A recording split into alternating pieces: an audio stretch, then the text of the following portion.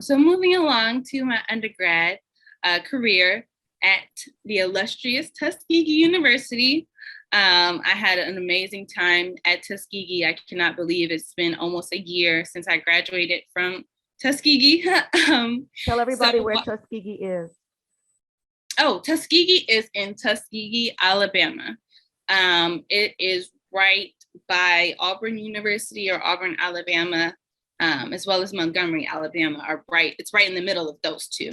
So kind of to say where it is, but Tuskegee is a very historic town, as well as the university is a national historic site. I think it may be the only HBCU that is a national historic, it's classified as a national historic site. Okay. So while at Tuskegee University, I joined a lot of veterinary related clubs, such as MANARS, Pre-Vet Club, APVMA Club, which stands for Association of Pre-Veterinary Medical Association, sorry. And I attended pre-veterinary conferences. I attended the MANARS conference while I was there as well. What is MANARS? MANARS is, I forget the acronym at the moment, but it is also one of their agricultural, kind of the business, minority, no, I'm not going to try it. Sorry. But it is one of their agricultural clubs for minority students. Okay. From what I remember. Sorry that I don't remember what the acronym stands for. Okay. So I also founded and became the president of the Tuskegee University Student National Association for Black Veterinarians. And the person on my right in the presentation, he was on the board of the National Association of Black Veterinarians and encouraged me to start the student club at Tuskegee. So that was awesome. And that gave me a great... Wait. You've got to really emphasize you founded. Yes, I founded the club at Tuskegee University. So that was awesome. It was different. It definitely gave me a huge leadership experience. Starting a club is not easy. So it definitely was a great experience. And it's continuing on today. And I'm very proud to watch the next group continue my club on that I started at Tuskegee. And like I said before, a few times, I obtained faculty mentors as well as veterinary mentors. This is one of the greats, Dr. Raphael Malbrew. He also went to Tuskegee's vet school. So he's given me a lot of advice at Tuskegee throughout my career through college and now. I actually spoke to him the other day. So that is a great experience when you work with some of your mentors. Fantastic. And Maureen Sullivan has put into the chat. Maureen has put into the chat. MANARS is Minorities in Agriculture, Natural Resources, and Related Sciences. Thank you, Maureen. Thank you. Thank you. And for our young community, what is a mentor? What is their role? So their role is to guide you, in general, is to guide you throughout your career. For speaking from personal experience, I set up monthly to weekly calls with them, ask them their advice on something that I either need to apply for, how they got through their undergrad career in vet med or even in vet school. So they're there to guide you, to give you advice, to share different opportunities with you, share their experience and their journey as well. So literally, once you obtain your mentor, ask them anything and everything. It definitely helps, and it helped me. So it's important for our young people to know that, because they might think that they can only do that with their actual teacher, but there are individuals out there that would enjoy being your mentor and helping guide you and answer questions. Yes, and advice that I can give on that, while it came to mind, thank you for asking that or stating that. don't be shy to ask people to be your mentor. When you go to these animal shelters, animal hospitals, anywhere, the veterinarians there just ask, oh, hey, would you mind being my mentor? Would you mind mentoring me throughout my journey? That's what I did basically, as well as when you create your LinkedIn profile, once you reach out to somebody that you see, or somebody that you see that in something that you might want to do, just reach out to them and be like, hey, I love your story. I love your journey. Would you mind being my mentor? And they might say yes. So that is definitely a great thing to do and important. Very important. Yes, very, very important. Just moving along in my undergrad career, I, with one of my agriculture teachers, she held a agribusiness tour, which was for a week, where we got to tour different agricultural businesses. So we got to see the ag business side of veterinary medicine, because and what's important that I can share is veterinary medicine is not just working in a clinic. You can work with plants, you can work on the business side, such as companies with USDA, or which is the U.S. Department of Agriculture. You can do a lot. It's so wide what you can do with your veterinary career. Explain to her you went to veterinary school. Oh, somebody had a question. Jewel, can you repeat, Jewel? Was it Jewel that asked the question? No, I didn't have a question. I was trying to put myself on mute. Sorry about that. Oh, no worries, no worries. Okay.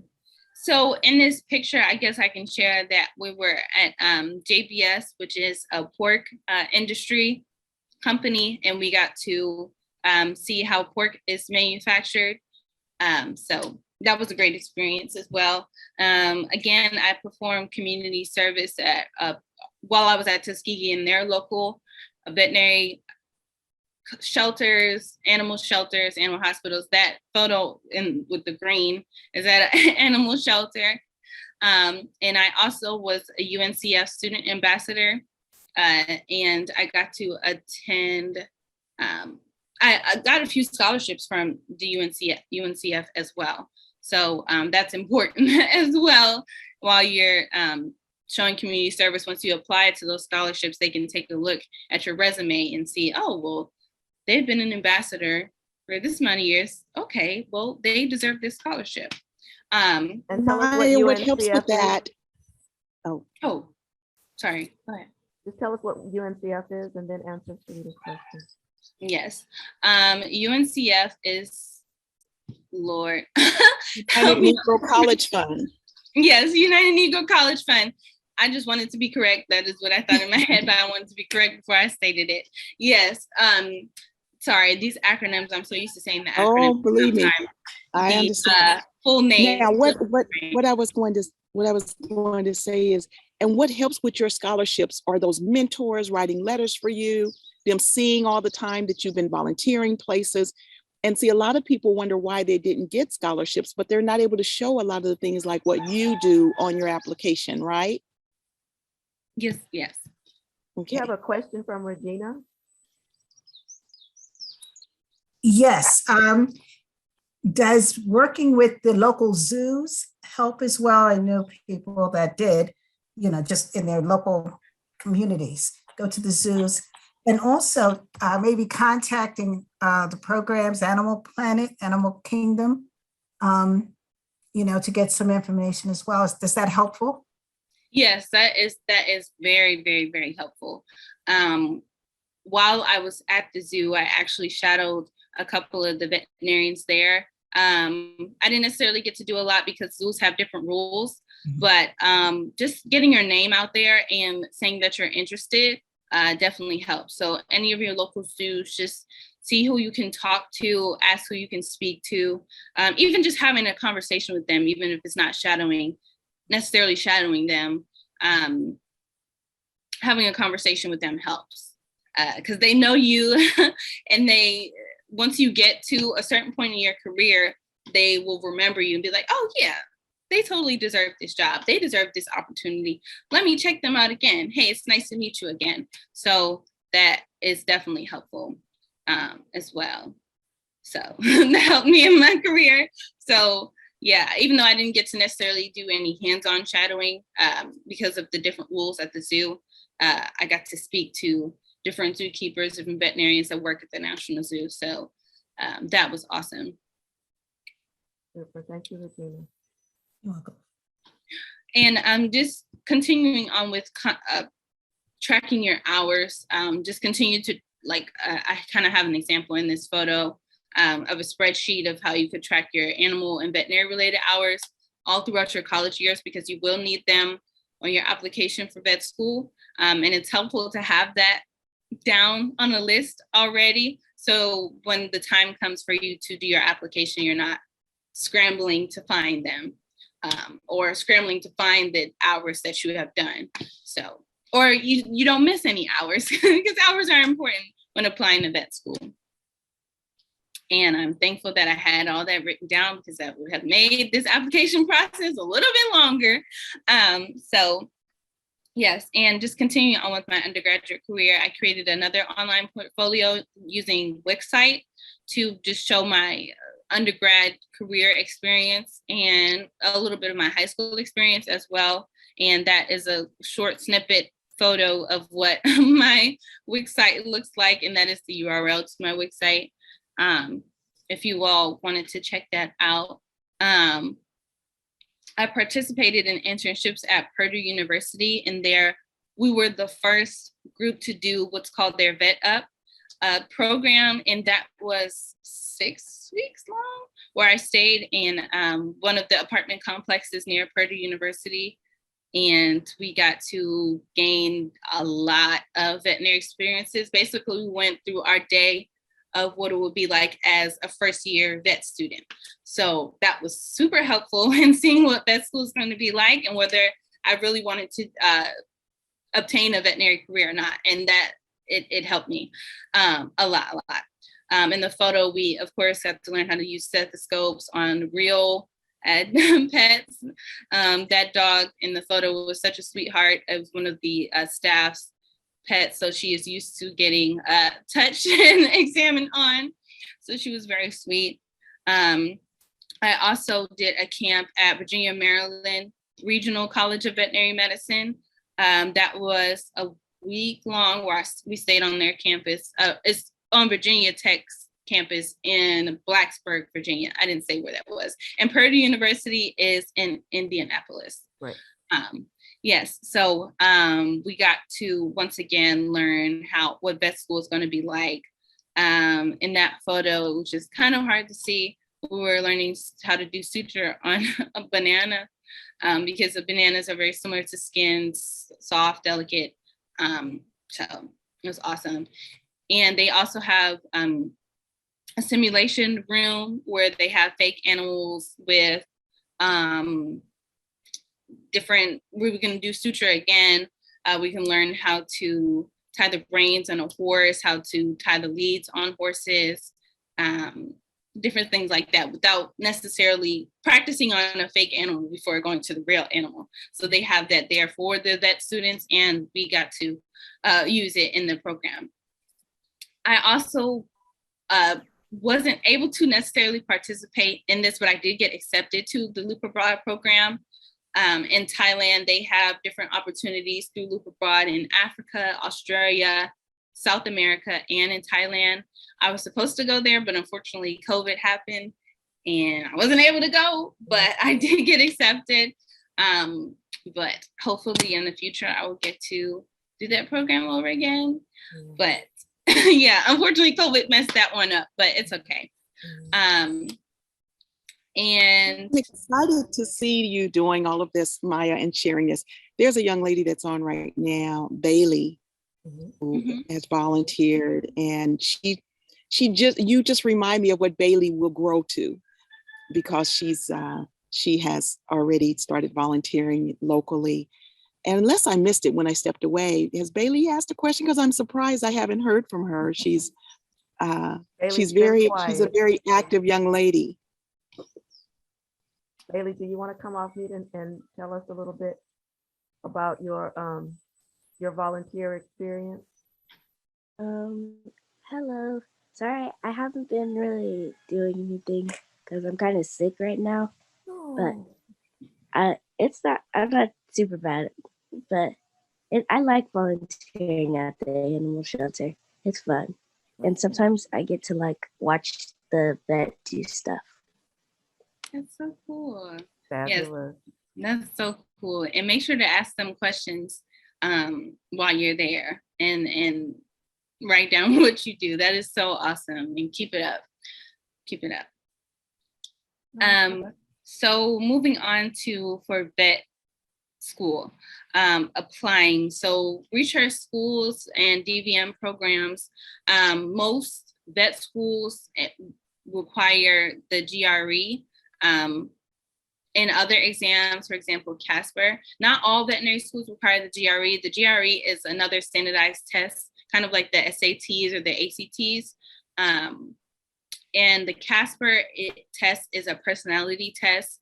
It's scenario based where they give you videos of different scenarios and they give you maybe like 3 questions after that. And they give you 5 minutes to answer each question based off of what you think you would do in that situation or other things like that, how you would handle that situation, kind of so they can test and see how you would handle the situation in the future. Because I can tell you veterinary medicine is very broad and there are a lot of situations that will be a little difficult to deal with. And it's good to learn how you problem solve and they can see, other schools can see how you will problem solve in those situations. So applying for VEMCAS is the veterinary medical school application, and you apply 1 year before attending vet school, before you get accepted into vet school. So right now, for example, just using my experience, right now this month, I started my VEMCAS application for me to go to school in the fall of next year, around August or September of next year. So that's kind of a year ahead of when you will be attending vet school. Just make sure to review the hours that you track down. Like I said before, the hours of experience that you track down, because the vet application requires animal experience and veterinary experience, which are 2 different things. Animal experience is everything like community service, like volunteering at your animal shelter. Veterinary experience is either working with a licensed veterinarian or volunteering with a licensed veterinarian at an animal hospital or clinic.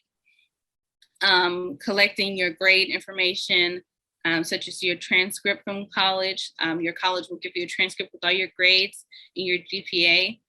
Reach out for recommendations to your mentors. Most vet school applications require it from certain instructors or administrators where you did community service. Different vet schools have different essays. This can be the difficult part, but some, I would say before you apply, look up essay questions for the application so that you can practice writing your essay response before you actually have to do your essay response. Also, once you finish your essay response, reach out to your mentors or someone that has gone through the veterinary application to review your submission, review your essay before you submit it, so that an outside person can give you advice on what you maybe need to change or what was good or what you could expand on. And even though there aren't many scholarships for graduate in veterinary medical schools, apply for it. Apply for any one that you see. Just go ahead and apply for it, because every penny counts in vet school. Trust me, it's expensive. Absolutely. It counts. Apply for it. Maya, we have a question from Bailey in the chat. Mhm. It says, if you don't take vet classes during your undergraduate years, can you still go to vet school? Yes. Okay, so I forgot to mention that. So let me slow down. When you are in undergrad in college, you can major in anything. But when you are applying to vet school, make sure that you look at what that vet school that you're applying to, the classes that they require for you to take before you get in, before you apply. So certain vet schools require certain classes for you to take before you get in, or what's called prerequisites, if you hear that term eventually. Mhm. We have I think another question. We have a big yeah. question from Chloe. This is in the chat. How many years of college, and it has vet college in parentheses, do you usually have to do before graduating? Going through college, how did you find the experience of truly learning truly learning more than anything you could have taught you? Becoming a vet, once you fully succeed in this dream, to feel as a person at home and at work, how do you think life would connect, be part? Okay, there's a lot of questions, so let's do one. Okay. Okay, I'll start off with the first one, which is the easiest one, I guess. So for undergrad, you would need to do 4 years of, or actually, I'm sorry, as long as you complete all of those prerequisite courses to get into vet school, however long that takes you. I have seen, like, Tuskegee University has what's called a 3+1 program, where you complete your prerequisites in 3 years, and in your 4th year of undergrad, you're in your 1st year of vet school. So I have seen other vet schools do that. As long as you complete those, for me, speaking from personal experience, it took me 4 years to complete the prerequisites, because I decided not to do the 3+1 program and to apply to vet school after I finished my undergraduate degree. And vet school is 4 years long. So you have 1st, 2nd, 3rd, and 4th year. And throughout those years, you learn different things. And then, yeah, so that's how long that takes. Going through college, how did you find experience? Now, before you go further, I got to point out something that is really important as far as Chloe. For one, being in vet school and even college, you have to be able to write. Chloe is a heck of a writer. Yes. I was just about to point that out. Oh my God. Amazing. And then second, the fact that she's excited, I know that she's written a lot and it's great, but we want to capture that excitement in her voice with some of those questions. And so Chloe, I acknowledge you because your writing is amazing. I'm glad to see that you're excited about what you're hearing today. And Maya, again, thank you for letting me constantly interrupt along with others and the roosters that you guys hear in the background. So I just wanted, there was just some gold nuggets right there that I wanted to stop and acknowledge, and why we're excited about the YVI program. No, this is such an amazing program, and I am so honored to be able to be sharing my story. And this question is awesome. These questions are great. I appreciate you all for stopping me and getting me to explain a bit more throughout the presentation. This is a great question. So going through college, how did you find the experience of truly learning more than anything you could have taught you? I hope this answers your question. Going throughout college, I decided to soak it in, be a sponge, soak everything in that I could, whether it was in class or the different programs that I did throughout the summer.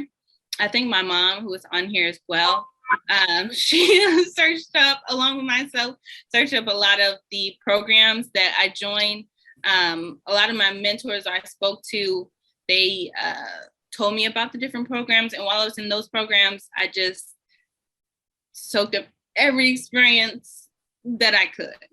I hope that answered your question. You can ask me a bit more if I didn't answer it. But yes, so I didn't I didn't really know how to word it, but basically I meant like, so basically you've gone through college learning how to be a vet, and that probably that taught you a lot than like books could have taught you, or reading a book or watching a movie like about being a vet and becoming a vet. And you went to college for 4 years or so, and then you learned a lot more. So I was just asking how it felt like finally like getting to college and learning more than like books or shows, like I said, could have taught you. Okay, I totally understand it a bit more now. That's a great question. So going from high school to college and getting my animal science career, being in those animal classes, how did I feel?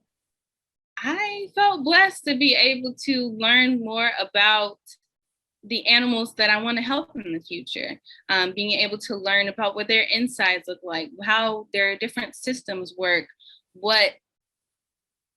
how to fix when they have this issue, or just learning all of those different things was just awesome.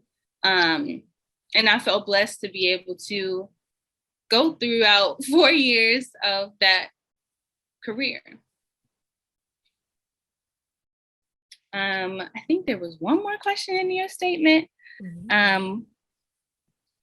Always wanted to be a vet. Becoming a vet, once you fully succeed in this dream to feel as a person at home and at work, how do you think life would connect or depart? How do you think life? Would you mind explaining that just a bit more? Sorry. Yes, so my wording's off, sorry. So basically you have a life at home and you have a life at work. When you go to work, you're helping animals or you're helping the customer. I was trying to ask how you would get time in from work and at home. Like, how do you think like you could make your life like connect the balance. two worlds? Okay. Like connect the two worlds, and then when you have times when it's like you just need to like focus on something that's like happening at home, or like you just need to focus on something that's happening at work, and then the times where you could like connect the worlds, basically. Awesome. You are so wise. You're so wise. So I guess I can answer this question from what I've learned from somebody else, because my whole life I've heard the work-life balance thing, but recently I heard somebody say that they harmonize their life.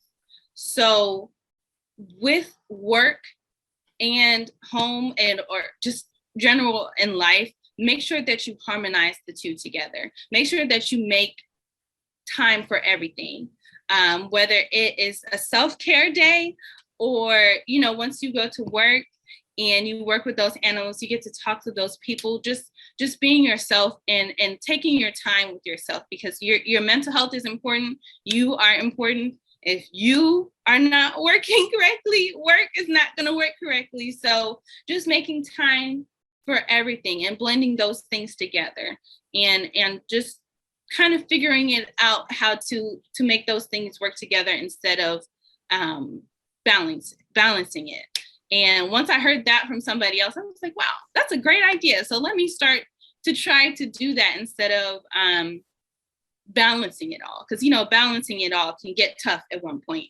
So just try to harmonize those things. Would you say that it's easier, Maya? Oh, I'm sorry. Go ahead, darling. Oh, go ahead. I was just going to say, would you say that it's easier because you love what you're doing and that's what helps you to harmonize them together? Yes. That is definitely a great answer. I do love what I do. I'm not going to say that it's not tough at times, because definitely shadowing and working in clinics gets a little tough. It gets a little hectic. It gets a little busy. But I try to look at it from a different aspect. And, you know, this is what I want to do. This is what I love to do. I love animals. I love helping people. So once you remind yourself of those things, it is definitely easier to harmonize life, because working is a part of your life. So, and your career is a part of your life. And you seem very wise, very awesome. That was such an awesome question. So once you get to that point, once you're in your career, even just shadowing, it becomes easier when you love it and you look at the different perspectives of veterinary medicine. Thank you. You answered this question for like exactly how I needed to hear it. Oh, Chloe, how old are you, if you don't mind me asking? How old are you? I'm 9. oh, you are so wise. That inspired me. You are so wise. That made my day. So yes, and keep going, Chloe. That's awesome. You are going to go so far, along with all, the rest of you all that are on here. Joining this program was definitely step one to pursuing an awesome career. Like I'm so honored to be able to share my story with you all and answer questions. So yeah. Beautiful. Okay, continue. Okay, so moving along with a little bit of the advice I learned throughout my undergraduate career. I actually was to be transparent, I was in vet school for a few months. I attended medical school at Ross University School of Veterinary Medicine, which is located in St. Kitts, which is an island in the Caribbean.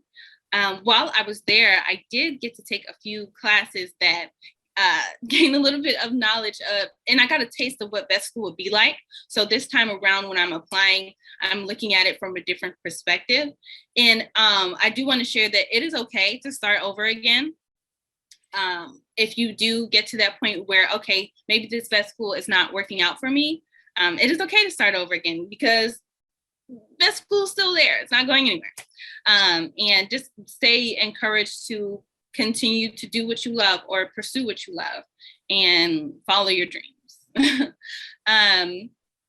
I was determined to go to Ross, but the program didn't necessarily fit my needs at that vet school. So I decided to withdraw.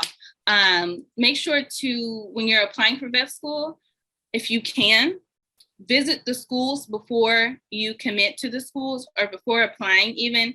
I know for Ross, of course, because it was in the Caribbean, I wasn't able to necessarily visit the school. I could only see it through videos, pictures, things like that, which is also important to do your research about the school before you go. Tuskegee, I went there for undergrad, so the vet school was right there. So that was easier to be able to visit that campus and ask students, talk with students openly about how they feel at that school, how they enjoy that school, how they're getting through that school before attending that, before you apply. Check out the diversity at that school and the school's commitment to diversity, equity, and inclusion, because a lot of schools, to be transparent, can say a lot about diversity, but you want to make sure that they're actually doing something about diversity and inclusion. Check out the support services for students at the schools, whether it's counseling, tutoring, anything, any available support that they have for their students. Most important, along with studying, is to take mental health breaks. That is important. That is very, very, very important. And something I definitely learned while at Ross was to take a break, get up, take a walk, I love music, listen to some music, jam out, pray. Definitely gaining my spiritual life has helped me get to where I am today. Trusting God for a lot of situations. talk to somebody, speak to one of your friends, be like, hey, can I just chat with you for a second? Watch TV, take a walk outside, enjoy nature, get some fresh air, but just make sure that you schedule those mental health breaks in between while you're studying. Even now, like it doesn't have to start in vet school, college, or high school. You can start that right now. Just do something that you like, whether it's set a timer if you need to, jam out to some music or something. And also, which is most important, to stay in touch with everybody you meet along with your mentors. Keep following up with them. Like I said, I schedule like monthly meetings with my mentors. And sometimes I even just call them randomly if I need advice on something, or if I can't get them on the phone, I'll make sure to email them or text message them and say, hey, what do you think about this? What should I do about this? And they give great advice on how to move forward. Or sometimes you just let them know that you just appreciate them, right? Yes, that too. Every call, literally every time I speak to them, I just say, thank you so much for talking with me. I really appreciate your advice. I appreciate all that you've done for me, because it makes them feel special and it makes you feel special as well. So that's important. Actually, I know she mentioned it a little bit, and thank you for the lovely introduction. I will, in a week now, be moving to Disney World to do their Disney College program. And I'm excited to share my role that I got a couple days ago, and I can't stop smiling. I will be working at Disney's Animal Kingdom as an animal presenter throughout one of their zoo trails that has like gorillas, meerkats, and things like that. So I'll be talking to people about animals in at Disney World, which is one of my other passions. I absolutely love Disney, have loved Disney since I was a child. And speaking of mentors, one of my mentors is actually a veterinarian at Animal Kingdom, which is like my dream job.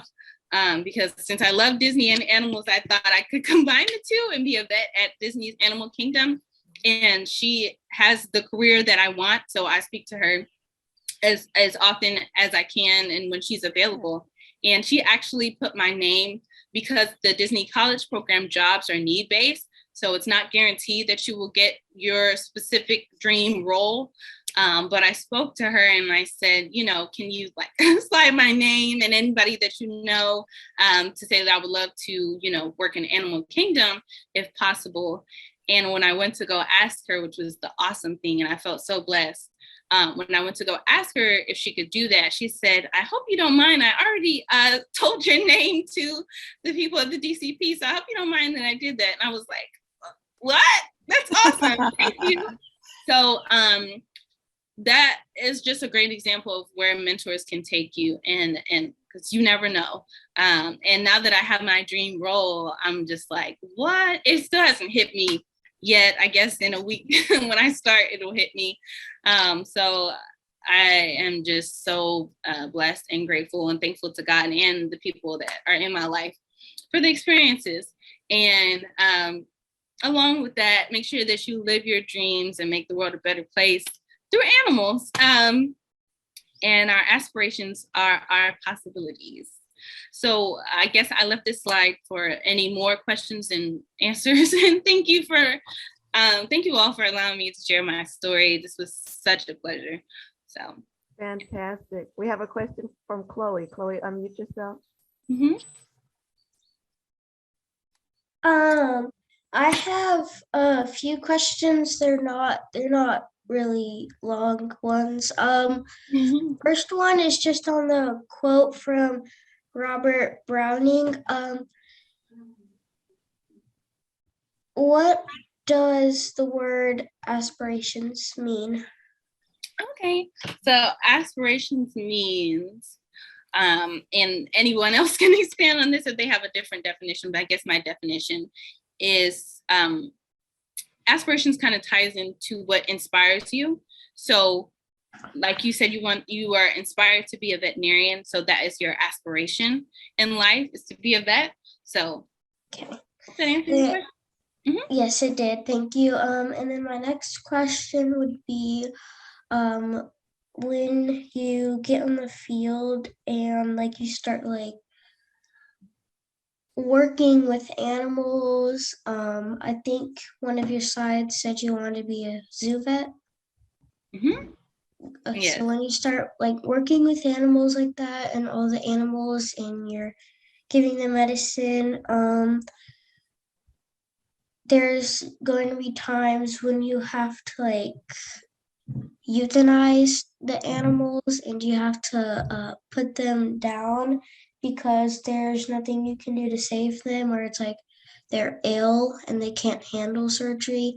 When the owner or owner or person that's handling the animals and they get sad, you I guess basically do you like have to, or not have to, but you emotionally choose to comfort them? That's an awesome question. And I'm so glad you asked that, because that is another huge aspect of veterinary medicine. And I'm thankful in a way to have been able to experience that with working in veterinary hospitals, because it is, I can just be transparent. It is sad, but at the moment, I think of it I'm gonna answer this question from my experience. So in that moment, I just think of it in a different perspective, as in, one, I'm helping that animal not to be suffering anymore or no longer in pain. And I have experience where a lot of owners, because a lot of owners react in different ways. I have experienced what you see on TV is the tears and the kind of freaking out, because I understand, because my cat is like my child. That's, their pets are part of their family. So it is really tough losing the pets. But I guess to answer your question, in that moment, I choose to comfort them no matter how I'm feeling about the situation. I choose to just provide as much comfort as I can, whether it's getting them some tissues, glass of water, anything, just trying to be calm in a situation that is tough. And there are situations where they get euthanized, where the situation gets to where they have to be put down, or when they die unexpectedly. So it's different in each scenario, but I guess the main thing is to just be there for the pet and the owner in any way you can. Not necessarily to suppress your feelings, because that can get hard, but to just be there for them. And then also be there for yourself in that moment too, because it is hard. And it is tough to see pets that you worked with or that you like be put down or unfortunately pass away. Can be tough. So just be there for yourself and the pet and the owner in that moment. Okay, Right. thank you. We have a question from Bailey, and then we have Skye and Siobhan. We're gonna go Bailey first, then Skye, and then we have a question in the chat. Bailey, can you unmute yourself? Okay, so my question was, when you're working at Animal Kingdom, will you also continue to shadow the vets that work there, so you can kind of see how it works? So yes, hopefully, I know she, okay, so while I'm working there, once I get my work schedule, I will definitely feed in shadowing experiences with the vet that I know that's there. She actually said that she can give me a tour of the hospital. Of course, zoo rules are different, so there's not a lot I can probably do, but I know there are things that I can observe, and I will definitely ask her to observe as much as I can, with as long as her time permits and my time permits. But yes, to answer your question, yes. Fantastic. Okay. Thank you.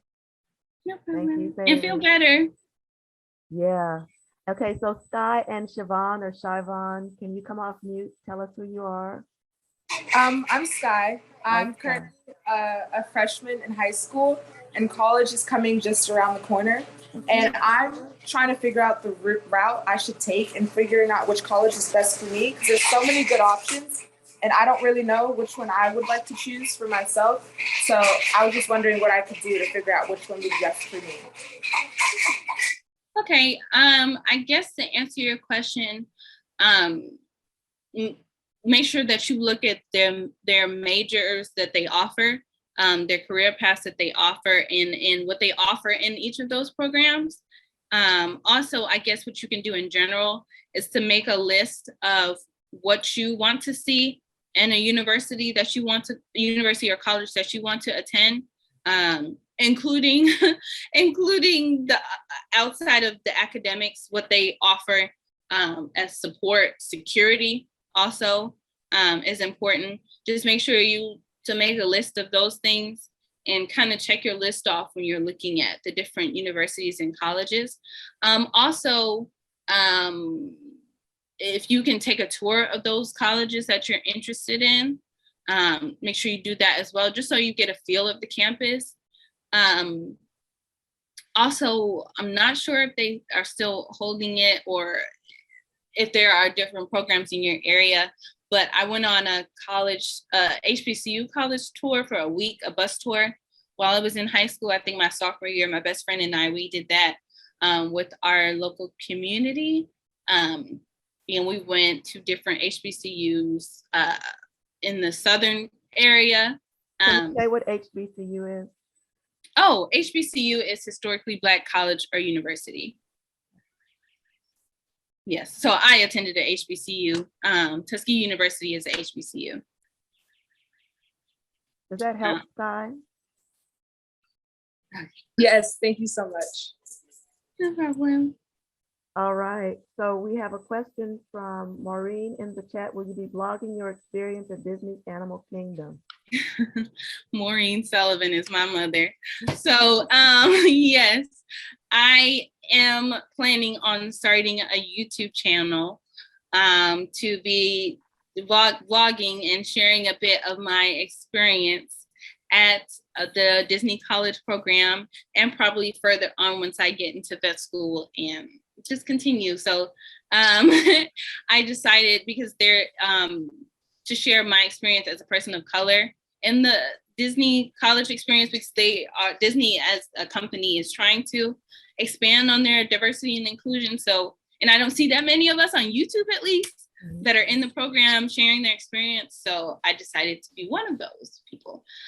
So I will share my introduction video on YouTube soon. I'm trying to record that and edit that pretty soon, since I move in so quickly. So just kind of going throughout my experience. So yes, Mother, I will be vlogging my experience. Maya, that's really excellent that you're going to be doing that. And for all of you, especially the young people that are on, because Dr. Wells, Dr. Felix, they are very rare, because of the almost 130,000 vets across the US, less than 2% are minorities. So the fact that you guys are on is really, really saying a lot. And so Maya, I just wanted to really applaud you, not only for your tenacity to, just take strides out there and make the connections that you have always done, even as a young person. But another thing that I want to acknowledge that we can't just let slip by, a lot of young people do not understand that it's important to take mental breaks. And there's a lot of young people that are suffering from mental illness and stress and anxiety, and they don't want to tell anyone. So you're this very strong young lady, and you admit, you guys, stop, take a mental break. It's really important. So for all of you, please hear her.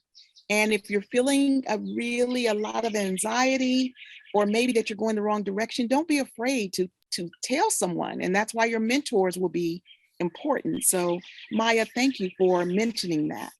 Yes, and yes, it is very important to say how you feel.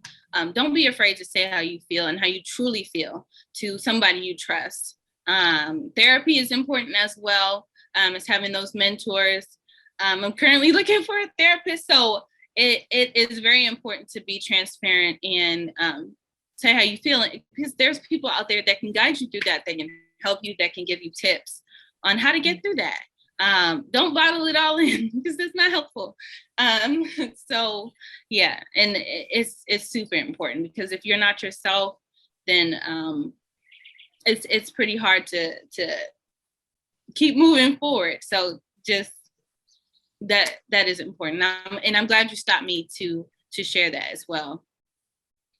Well, see, a lot of, again, there's the young tennis star that even just took a break, and she's in the height of her career. I forget her name, but she said, stop, I need a break right now. And people wanted to criticize her. And so no matter how strong you may seem, a lot of times people continue to act strong when they're not feeling strong. So it's important for us to let young people know it's okay to say, I need a break. And so again, thank you for saying that. Of course. And there was also the gymnast Simone Biles, who took a break because she needed a mental break. Yes. So yeah, so the people that we look up to, the people that we are inspired by, that are famous, even they take their breaks, because that's a lot. So yeah. We have one more question from Chloe in the chat. Mm-hmm. Chloe, Oh, does the yeah. location of the school affect life at home depending on visiting distances and later going to your own home? Oh yeah. Oh, cool. So yes, so the location, speaking from personal experience, because of course everybody's experience is different. I've been blessed to be able to travel my entire life, literally. So going to different places, and like those ag discovery programs, I was far from home in Mississippi. I'm from Maryland, as I mentioned before. So being away from home, it did affect me differently when I went to the different spaces, but you do, of course, have moments of when you're homesick, but having or finding a good group of people to surround yourself with is really important. Even when I was at school in St. Kitts, finding those people because I was out of the country at that point. So finding people to surround you, good, genuine people, can definitely help with you being away from home. I think you said later going to your own home.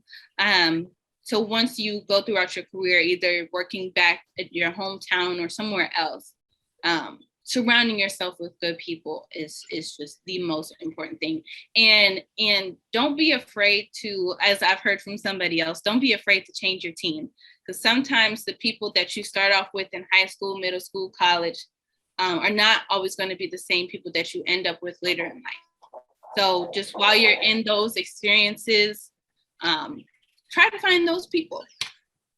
Yeah, and don't be afraid to be yourself. Once you're yourself, those people will come to you. And don't be afraid to reach out to, be like, oh, hey, you're cool. Let me talk to you. And just be transparent with others. Because I've gained different friends here and there. Some friendships didn't work out. And that's okay, because people are meant to be in your life for a season, a lesson, or a lifetime. So just make sure that you figure out where those people belong. Well, we want to thank you again. And a few people are needing to check out. This has been so exciting. We normally go 30 to 40 minutes and we've gone over, but this has been exciting. And Chloe, I see that you're saying that you're having to go. And I think Bailey had to check out, and Dr. Felix Varga had to check out. And so thank Vega. And I'm so glad that we record these, because there's going to be a lot of young people that are going to want to hear this that couldn't be on today. And so again, Miss Maya Sullivan, this wise young lady, you've provided so much wonderful information. And so we want to thank you for being on. Any questions, Monique, before we get ready to close out. There are no other questions. We have a lot of people just saying goodbye and thank you for everything. I think Maureen said in the response to someone's question earlier that you could possibly attend a summer program at a particular university. I think that was in response to Skye's question. Attend a summer program at a particular university after you've done the research that Maya has described. Yeah. And I have one quick question, because Maya, you talked about working with plants as a veterinarian. I would just like for you to expand upon that a tiny bit before we sign off. Okay. Just before we sign off, and thank you again for this opportunity. When I was in those programs, we got to learn a little bit about the plant side of veterinary medicine, because of course, you know, the animals that we take care of have to eat those plants. So I got to learn how the plant side of agriculture works, how people take care of their different farms, different technologies that there are out there to be able to take care of your farm or farming, how farming works, how the farming business works, what to do and what not to do, what to look out for on your plants that you grow, how things go from one point to the next, how what certain plants is needed for certain nutrients for their animals, what plants are safe for us and animals. So I got to learn a little bit about that while in those different programs. Okay, got it. All right.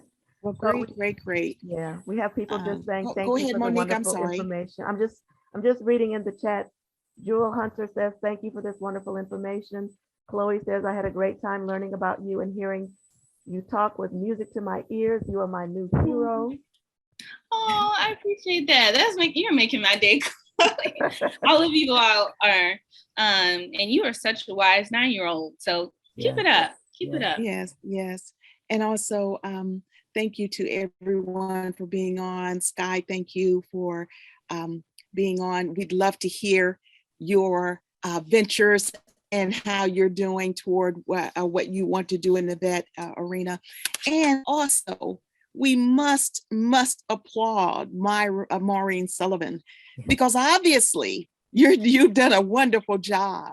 And so thank you for doing what you've done. And you could probably be such a mentor to some parents that just don't know how to guide their students in the direction they want to go. So thank you for doing what you've done. And again, Maya, thank you for being on with us. We may have to break this session into two. Monique, you and I can talk about that because we want to make sure that they don't miss it. And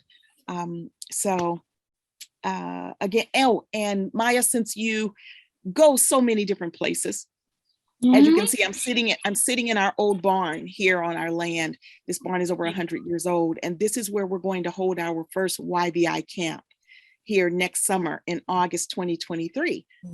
So we want to talk to you about how you can be involved and give us ideas on what the young kids would want to see.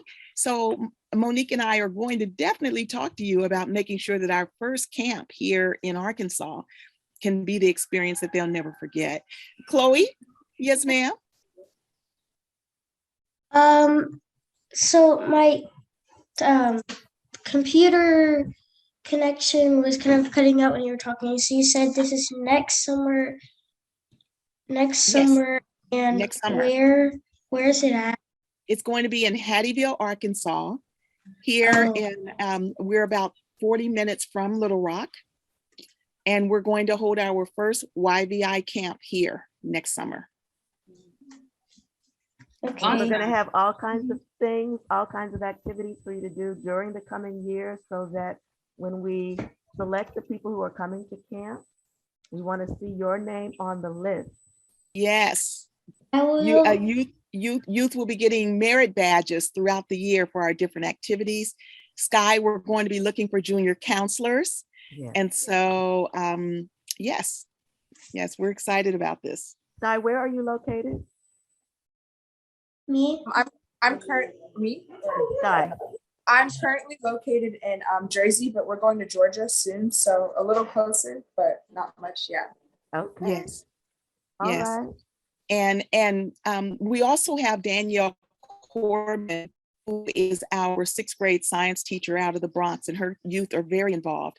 Our 1-year anniversary is coming up on June 5th, Yes. right, Monique? Yep. So we're doing 3 live sessions. If you're on live, they'll be live, but of course they're going to be recorded. And the first one is going to be with Danielle Corbin and her 6th grade science class, which was coming up June, what's our date, Monique? June 3rd, I think it's a Friday. June 3rd. It's going to be live in her class. And then we're working on taking you live at the Little Rock Zoo for our last one.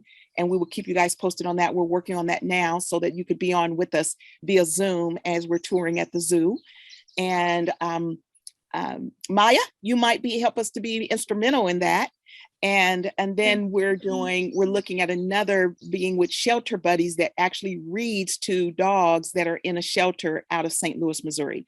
And that's going to be part of our 1-year celebration for our anniversary coming up in just less than a month. So, all right, well, next few weeks. Yeah. This is All right. such a fantastic session. Thank you, thank you, thank you. Thank you. Thank Thank you so you. much for having me. And I had This was so awesome. Good, good, good. Well, thank you guys. And thank you for that.